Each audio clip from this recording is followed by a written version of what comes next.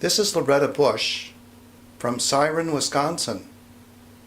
She's giving talks on the Kalevala, an important book that she'd like to share with you. One of the most interesting aspects of this book, the Kalevala, is how these ancient stories are still able to force the reader to confront the natures of good and evil. What makes people act the way they do? How do they decide right and wrong? Are traditions always good?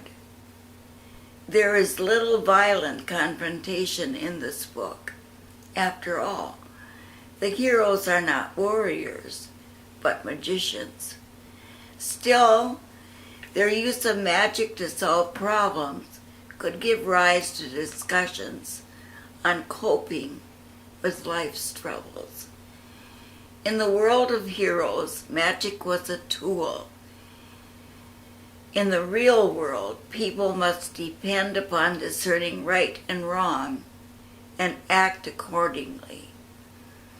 The heroes of the epic usually act for good, sometimes in spite of themselves. When they do not, they are punished, with or without magic. Good and evil are forces in the world that must be reckoned with, and readers, like the mythical characters of the Kalevala, must choose which path to follow and learn to accept the consequences of their actions. Wainamoinen is the oldest and wisest of the three heroes of this tale, a mighty seer and a master of the kantala, the Finnish lyre. Through the potency of his music, Wainamoinen is responsible for singing the world into being. This creation myth is featured prominently at the beginning of the epic. Wainamoinen's great power of creation comes from his knowledge of the origins of the universe. Through this knowledge, he is able to control and even alter reality. As the primary force for good in the epic, he strives to see the harmony of the natural world triumph over the chaos of evil. Even so, Wainamoinen has his flaws. In one episode, he uses magic to trick his faithful friend Ilmarinen into going to the evil land of Mistress Logi. This deception leads to tragedy in the form of a plague that descends upon Wainamoinen's homeland. At the close of the tale, as a new god comes to rule, Wainamoinen sadly relinquishes his magic. He is old, weary, and lonely. At his passing, the reader senses the loss of a magical and poetic force in the world.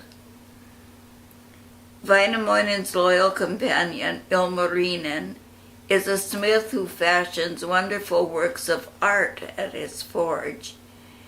Through his abilities, he creates a miraculous sample, a horn of plenty, from which springs an endless bounty of salt, meal, and gold. Ilmarinen, however, is hopelessly in love with the beautiful but arrogant daughter of Mistress Logi and uses the sample to woo her.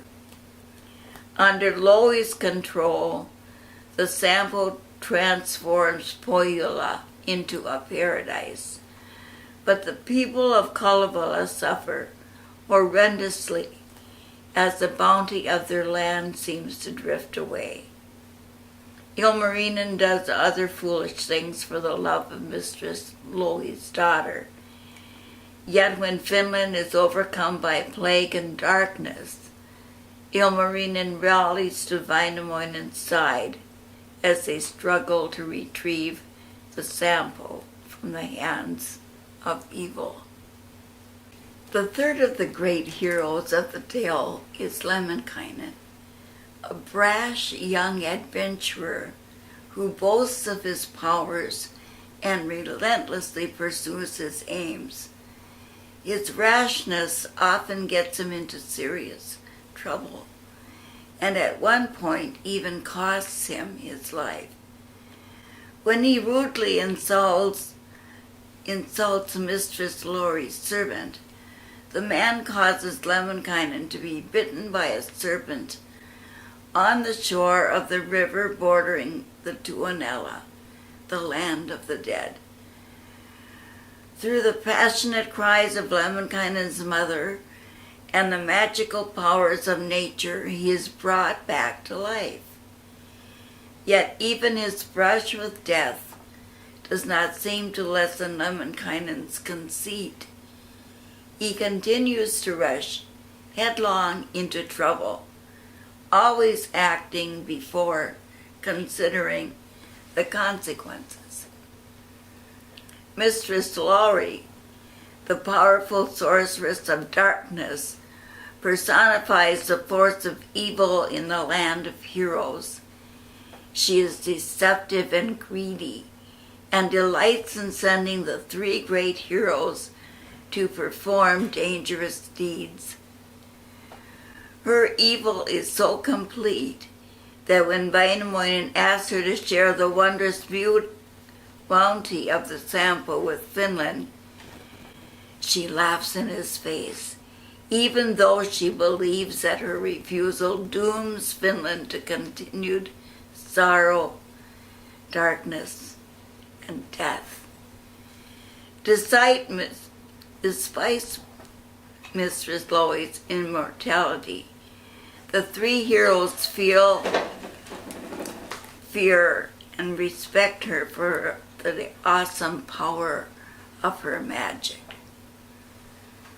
Although Väinämöinen, Lemminkainen, Ilmarinen, and Mistress Lori cannot be considered gods in any classical sense, their magical powers allow them to move in and out of the supernatural realm. They routinely perform amazing feats such as changing people to animals, altering the weather, creating amazing machines, or journeying to mystical lands. Their use of magic and their relations with one another and with the common people provide the dramatic energy that animates Land of Heroes. On one level, Land of Heroes is a fable about the struggle between good and evil. Yet the three heroes cannot depend upon their goodness alone to triumph over Mistress Lori. They must draw upon every ounce of their strength and ingenuity, which in many ways drains them and contributes to their passing. This leads to another theme of the dying of the old ways and the coming of the new. The heroes often mourn the fact that the world no longer abides by the old rules.